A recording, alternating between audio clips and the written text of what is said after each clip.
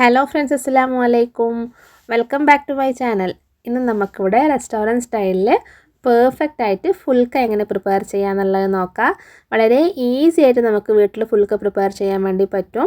രാവിലെ ബ്രേക്ക്ഫാസ്റ്റിനാണെങ്കിലും അതുപോലെ തന്നെ രാത്രി ഡിന്നറിനാണെന്നുണ്ടെങ്കിലും, ഇനി അതല്ല നമ്മൾ എവിടെയെങ്കിലും യാത്ര പോകുന്നുണ്ടെങ്കിൽ ഇതുപോലെ ഫുൽക്ക പ്രിപ്പയർ ചെയ്ത് നമ്മൾ കൊണ്ടുപോകുകയാണെന്നുണ്ടെങ്കിൽ നമുക്കൊരു 2-3 ദിവസം വരെ കേട് വരാതെ സൂക്ഷിക്കാനും പറ്റും കേട്ടോ.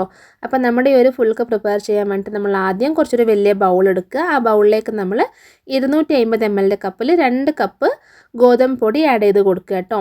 എന്നിട്ട് ഇതിലേക്ക് ടേസ്റ്റിന് കണക്കായിട്ട് ഉപ്പ് ആഡ് ചെയ്ത് കൊടുക്കുക. എന്നിട്ട് ഒരു 1/2 ടേബിൾ സ്പൂണിൻ്റെ അത്ര പഞ്ചസാര ആഡ് ചെയ്ത് കൊടുക്കുക. അതുപോലെ തന്നെ 1 ടേബിൾ സ്പൂണിൻ്റെ അത്ര ഓയിലോ അതല്ലെങ്കിൽ മെൽറ്റഡ് ബട്ടറോ ആഡ് ചെയ്ത് കൊടുക്കുക. എന്നിട്ട് കൈ വെച്ചിട്ട് നല്ലോണം ഒന്ന് മിക്സ് ചെയ്ത് കൊടുക്കുക കേട്ടോ. എന്നിട്ട് ഇതിലേക്ക് നമ്മൾ ഇളം ചൂടുവെള്ളം ഒഴിച്ചിട്ട് വേണം മിക്സ് ചെയ്ത് കൊടുക്കാൻ വേണ്ടിയിട്ട്. വെള്ളത്തിൻ്റെ ചൂട് കൂടാൻ പാടില്ല, അതുമാത്രം പ്രത്യേകം ശ്രദ്ധിക്കുക. അതുപോലെ തന്നെ തണുത്ത വെള്ളത്തിലും കുഴച്ച് കൊടുക്കരുത്. ഇതുപോലെ ഇളം ചൂടുവെള്ളം എടുക്കാൻ പ്രത്യേകം ശ്രദ്ധിക്കുക കേട്ടോ. ഇനി ഇത് നല്ല പോലെ തന്നെ കുഴച്ചതിന് ശേഷം ഈ ബൗളിൽ നിന്നൊന്ന് മാറ്റിയിട്ട് കൗണ്ടർ ടോപ്പിൻ്റെ മുകളിലേക്ക് വെച്ച് കൊടുക്കുക. എന്നിട്ട് നമ്മൾ കൈ വെച്ച് നല്ലോണം ഒന്നും കൂടി കുഴച്ച് മിക്സ് ചെയ്ത് കൊടുക്കുക കേട്ടോ. നമ്മൾ വലിച്ച് വേണം കുഴച്ച് കൊടുക്കാൻ വേണ്ടിയിട്ട്. ഞാനിത് ഇവിടെ കാണിക്കുന്നുണ്ട്. ഈ രീതിയിൽ പ്രത്യേകം കുഴക്കുക. ഇങ്ങനെ ചെയ്യുന്നതുകൊണ്ട് നമ്മളെ മാവ് നല്ല പോലെ സോഫ്റ്റായി കിട്ടും. അങ്ങനെ ആകുമ്പോൾ മാത്രമേ നമുക്ക് നമ്മുടെ ഈ ഒരു ഫുൽക്ക പെർഫെക്റ്റ് ആയിട്ട് നമ്മൾ റെസ്റ്റോറൻറ്റിൽ നിന്ന് വാങ്ങുന്ന അതേ ഒരു രീതിക്ക് നമുക്ക് പ്രിപ്പയർ ചെയ്തെടുക്കാൻ വേണ്ടി പറ്റുള്ളൂ.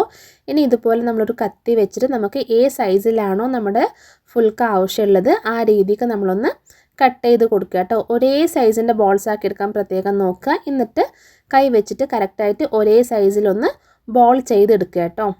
അപ്പോൾ ഈ വീഡിയോ കാണുന്ന ചിലരിലും വിചാരിക്കുന്നുണ്ടാവും, എന്താ അപ്പോൾ ഈ ചപ്പാത്തിക്കും അതുപോലെ തന്നെ ഫുൽക്കയ്ക്കും തമ്മിലുള്ള വ്യത്യാസം എന്നുള്ളത്.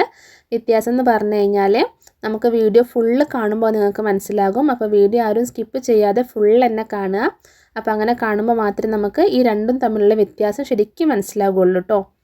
അപ്പോൾ അതുപോലെ തന്നെ നമ്മുടെ ഈ ഒരു ചപ്പാത്തി അതല്ലാന്നുണ്ടെങ്കിൽ ഈ ഫുൽക്ക നമുക്ക് പെർഫെക്റ്റ് ആയിട്ടും സോഫ്റ്റ് ആയിട്ടും പിന്നെ നല്ല പോലെ പഫി ആയിട്ടും കിട്ടാൻ വേണ്ടിയിട്ടുള്ള ടിപ്സ് ഞാൻ എൻഡിൽ പറയുന്നുണ്ട്. അപ്പോൾ മസ്റ്റായിട്ട് നോക്കുക. ഇനി നമുക്ക് ഇത് നല്ലപോലെ തന്നെ പൊടിയിട്ടിട്ട് പരത്തി കൊടുക്കുക. അപ്പം മെഷീൻ വെച്ചിട്ടൊന്നും ആരും പരത്തരുത്. ഇതുപോലെ പൊടിയിട്ടിട്ട് കൈ കൊണ്ട് തന്നെ പരത്താൻ വേണ്ടി പ്രത്യേകം ശ്രദ്ധിക്കുക. പിന്നെ നല്ല പോലെ തന്നെ കനം കുറച്ച് വേണം പരത്തിയെടുക്കാൻ വേണ്ടിയിട്ടും. അപ്പോൾ ഇതെല്ലാം ഇതിലേക്കുള്ള ടിപ്സാണ്, അത് പ്രത്യേകം നോക്കുക. കനം നല്ല പോലെ തന്നെ കുറക്കണം, പേപ്പർ കനത്തിലേ ഉണ്ടാകാൻ പാടുള്ളൂ. ഇനി നമുക്കിതൊന്ന് ചുട്ടെടുക്കാം. ആദ്യം ഒരു തവ അടുപ്പത്ത് വെക്കുക. ആ തവ നല്ലോണം ചൂടായി വരുമ്പോൾ അതിലേക്ക് നമ്മുടെ ഈ ഒരു ചപ്പാത്തി ഇതുപോലെ ഇട്ട് കൊടുക്കുക. എന്നിട്ട് അതിൻ്റെ ഒരു സൈഡ് ഒന്ന് ചൂട് കയറിയ പാട് ഇതുപോലെ തിരിച്ചിട്ട് കൊടുക്കുക. എന്നിട്ട് ഒരു 2 മിനിറ്റ് സമയം നമ്മൾ വെയിറ്റ് ചെയ്യുമ്പോൾ തന്നെ ആ ഒരു സൈഡിൽ നിന്ന് ഇതുപോലെ ചെറിയ ബബിൾസ് വന്ന് തുടങ്ങും. ബബിൾസ് വന്ന് തുടങ്ങിയ ഉടനെ ആ ഒരു തവ മാറ്റി കൊടുത്തിട്ട് ഇതുപോലത്തെ റിങ് ഒന്ന് വെച്ച് കൊടുത്തിട്ട് ഹൈ ഫ്ലെയിം ആക്കിയതിന് ശേഷം അതിലേക്ക് നമ്മുടെ ഈ ഒരു ഫുൽക്ക അതായത് ചപ്പാത്തി ഇതുപോലെ ഇട്ട് കൊടുത്ത് കഴിഞ്ഞാൽ നല്ല പഫി ആയിട്ട് പൊന്തി കിട്ടും. അപ്പോൾ വളരെ ഈസി ആയിട്ട് നമുക്ക് വീട്ടിൽ അടുപ്പൊന്നും ഇല്ലാന്നുണ്ടെങ്കിലും ഇതുപോലെ നമ്മുടെ ചപ്പാത്തി ചുട്ടെടുക്കാൻ വേണ്ടി പറ്റും. അപ്പോൾ ഈ ചുട്ടെടുക്കണേനാണ് എല്ലാവരും ഫുൽക്ക എന്ന് പറയുന്നത് കേട്ടോ.